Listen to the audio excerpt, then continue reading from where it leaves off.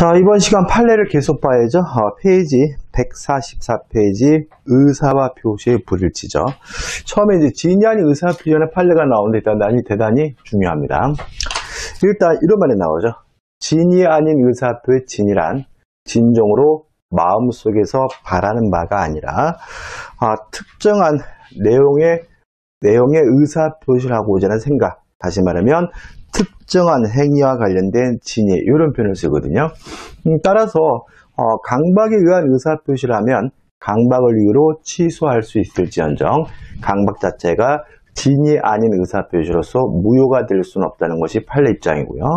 그다음 145페이지 맨 위 2번 판례죠. 타인의 이름으로 대출을 받는 겁니다. 요거하고 그 145페이지 중간에 이 통정허위 표시가 란 판례 두 가지를 함께 기억해 두시는데 이렇게 기억하시면 돼요.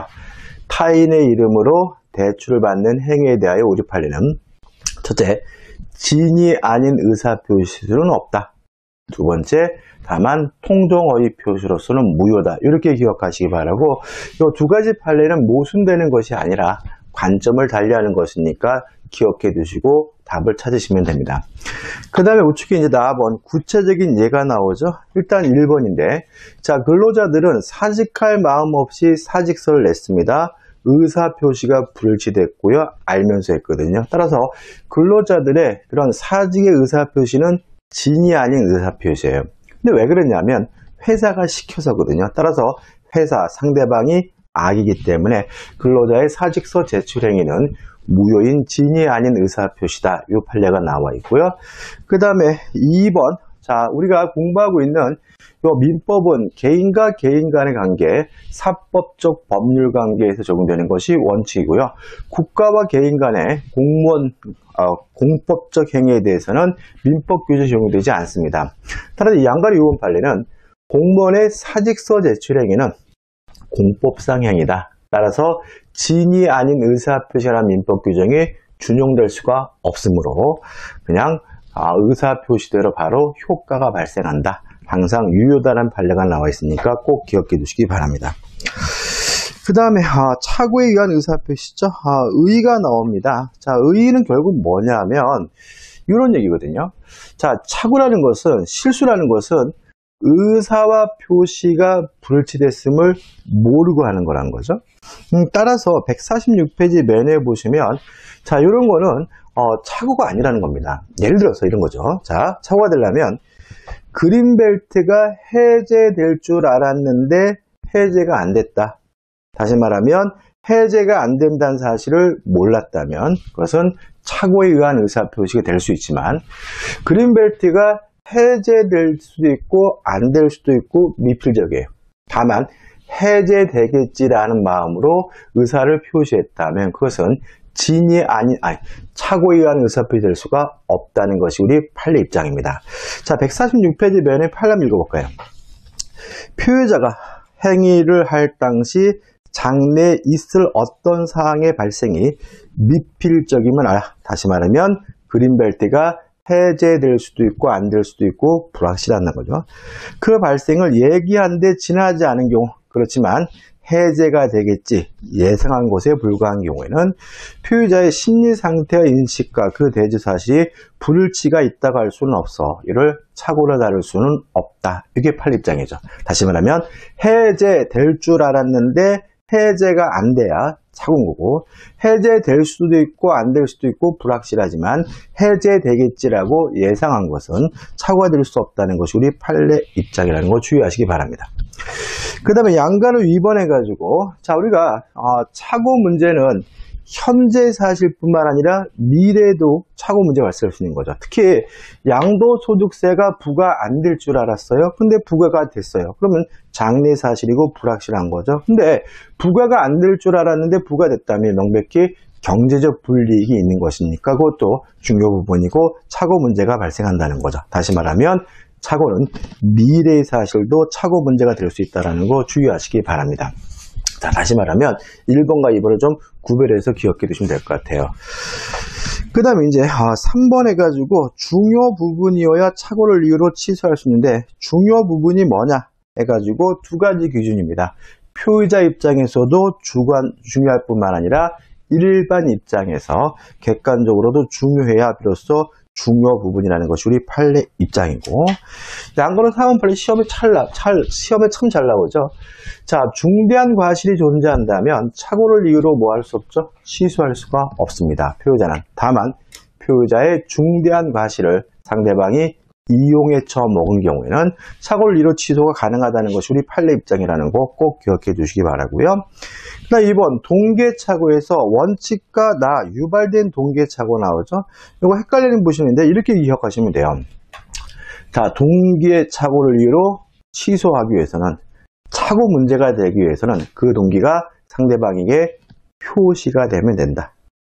표시만 되면 되고 그 동기에 대해 상방 간에 합의까지 있을 필요는 없다는 거 주의하시기 바라고, 다만 예외적으로 상대방이 그 동계착오를 유발시켰다면 표시하지 않았더라도 착오를 이유로 취소할 수 있다는 것이 우리 판례 입장임을 주의하시기 바랍니다.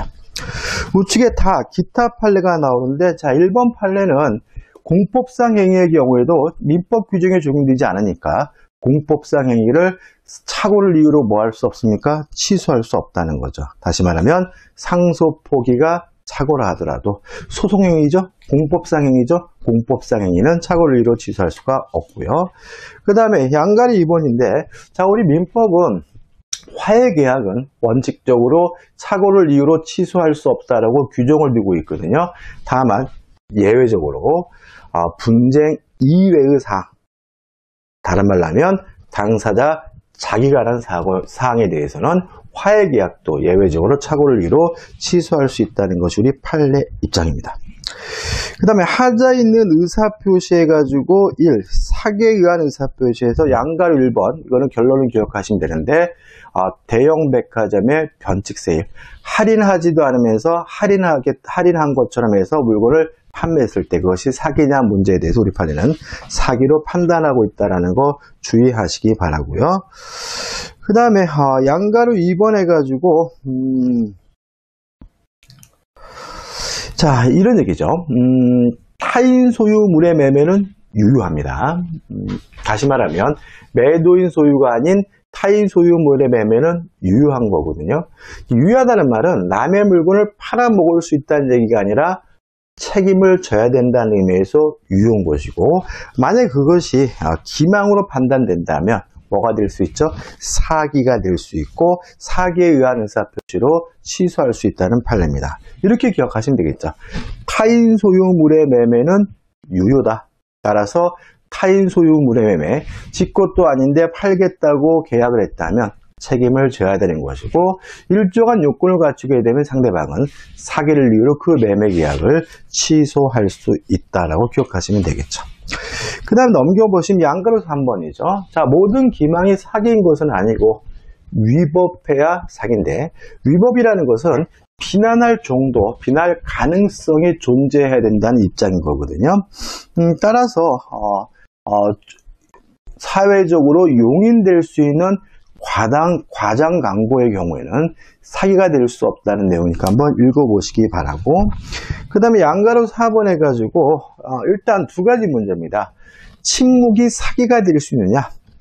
침묵, 아무 소리 안 하는 것이 사기가 되기 위해서는 고지 의무가 존재해야 되는데, 자기 물건의 가격에 대한 고지 의무가 없으므로 매도인 측에서 그 목적물의 시가를 침묵하는 것은 사기가 될 수가 없다는 점이고요.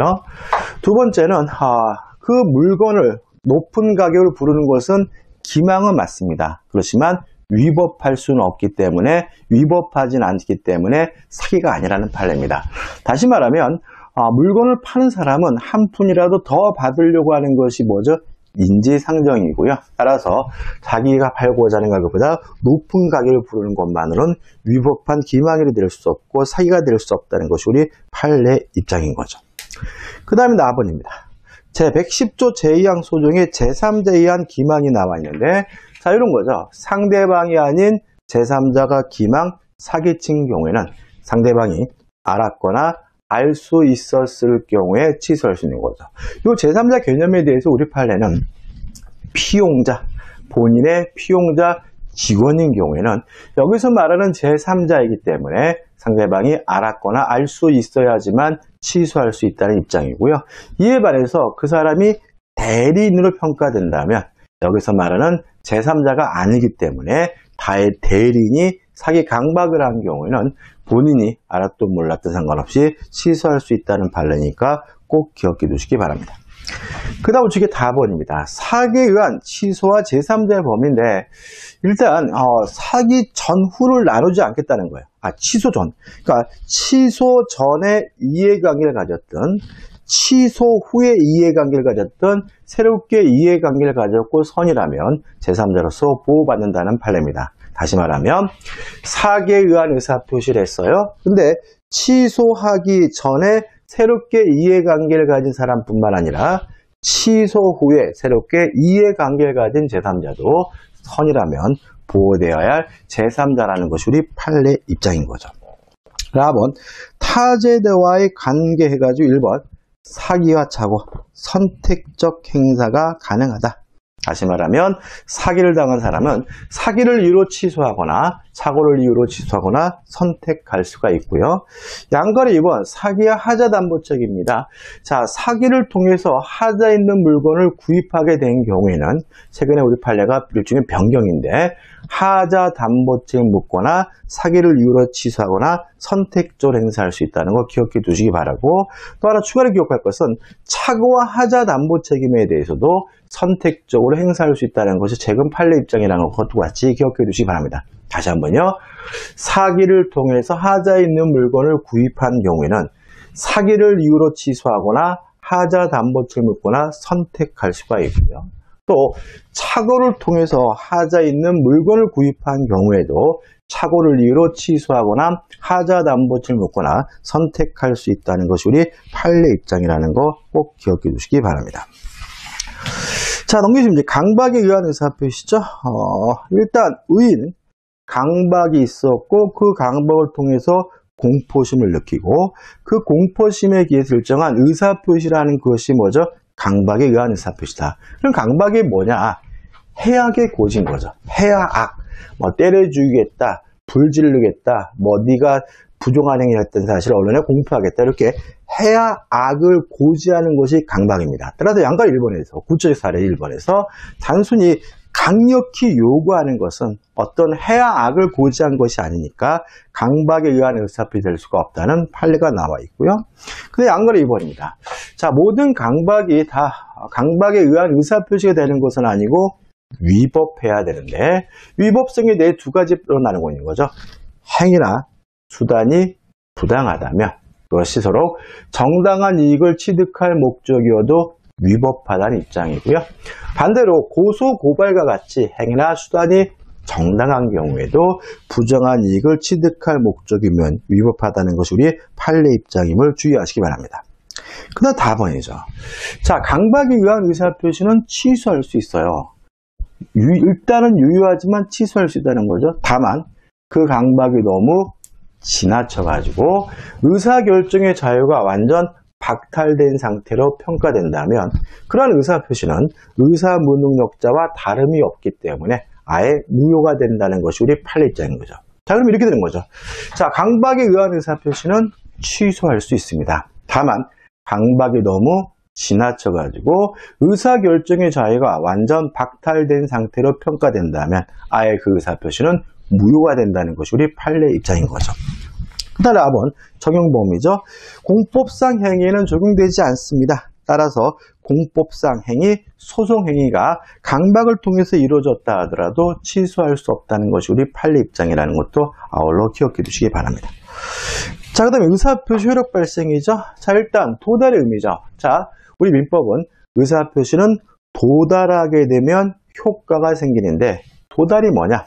상대방의 지배 영역에 진입해서 상대방이 그 내용을 알 수 있는 상태가 되면 도달된 거다. 따라서 알 수 있는 상태가 되면 도달이 되는 것이니까 상대방이 직접 수령하거나 직접 그 내용을 알아야지 도달되는 것은 아님을 주의하셔야 되고요.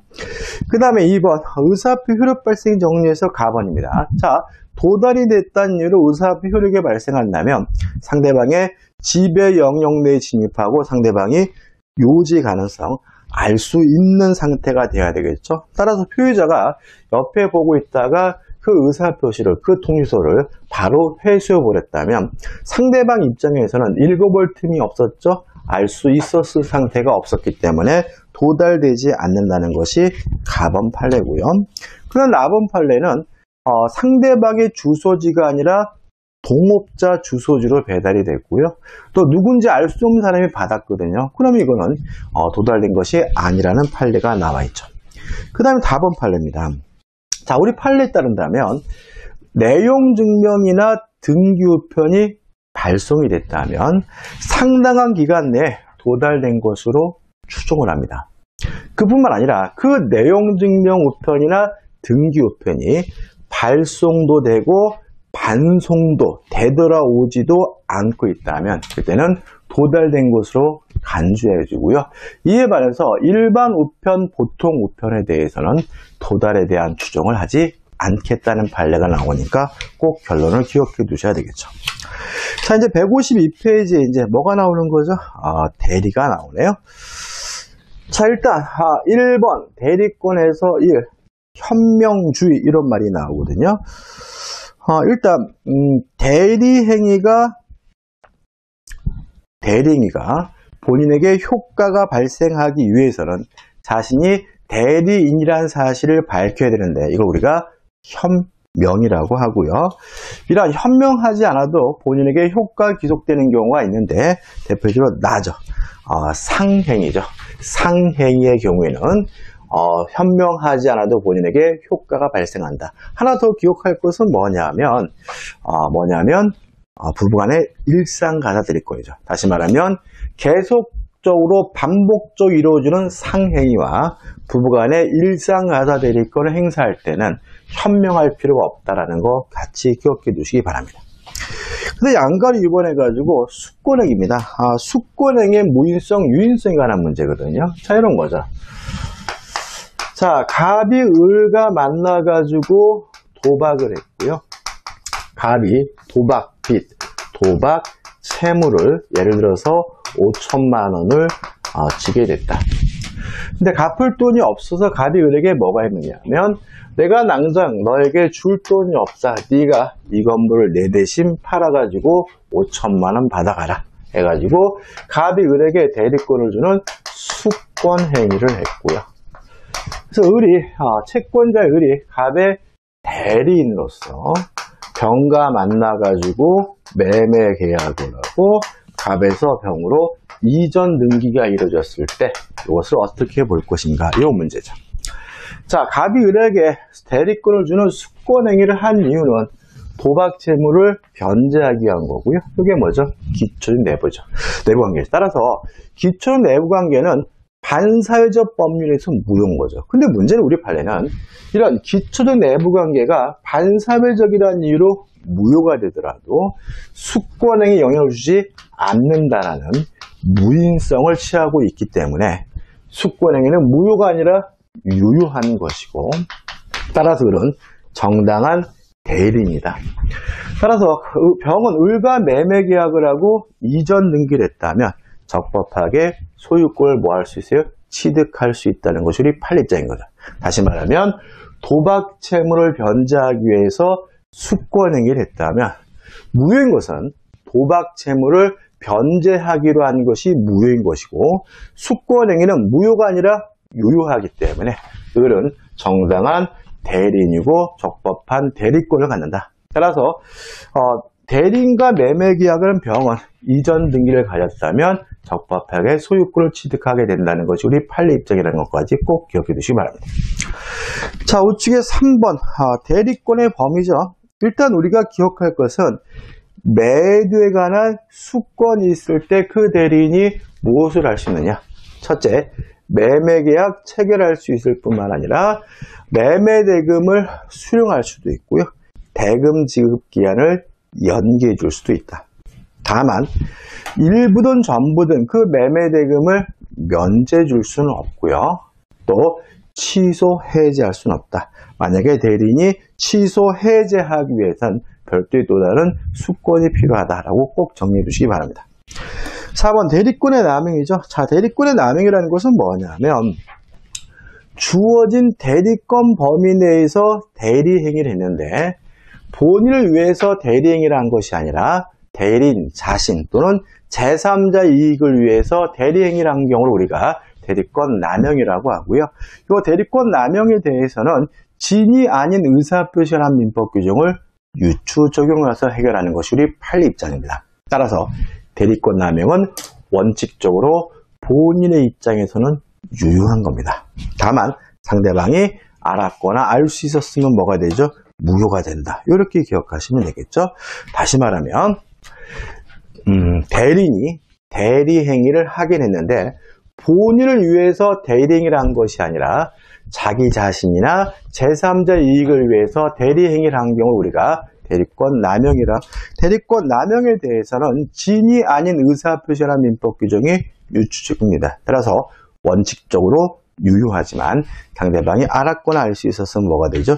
무효가 되는 거죠. 그 다음에 이제 154페이지 대리행위 효과죠.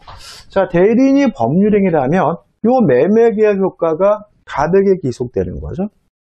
따라서 이행해야 될 것도 갑과 병간의 문제고 또 이행할 것을 무효다, 취소, 해제가 됐다는 이유로 원상 회복해야 될 것도 갑과 병의 문제라는 거죠. 다시 말하면 그 대리행위가 무효가 되거나 취소가 됐을 때 대리는 원상 회복 의무를 부담하는 것이 아니라 본인이 원상 회복 의무를 부담하는 거다. 왜냐하면 대리행위의 효과는 무효든 유효든 해제든 치든 그 효과는 본인에게 귀속되는 것이기 때문이다 라는 것이 우리 판례 입장이죠. 자, 2번 대리행위의 하자입니다. 자, 대리는 뭐 하는 사람이냐면 타인을 위하여 스스로 의사를 결정함으로써 결정된 의사를 표시함으로써 타인을 위하여 법률행위를 해주는 사람이 대리인이다. 따라서 의사 표시가 일치됐는지 안 됐는지, 의사가 형성되는 과정에서 하자가 있었는지 없었는지, 또는 선인지 악인지 과실이 있는지 없는지는 대리인만을 가지고 따지는 거다. 뭐만요? 궁방만 본인인 거예요. 따라서 불공정한 법률에서 궁방만 본인, 궁방을 제외한 나머지 모든 것들은 누구만을 가지고요? 대리인만을 가지고 따지고요. 본인이 알았는지 몰랐는지는 고려하지 않는다는 거죠. 그래서 가번 판례는 이중 매매가 대리인을 통해서 이루어졌어요. 그러면 그 이중 매매가 적극 가담했는지 안 했는지 여부도 누구만요?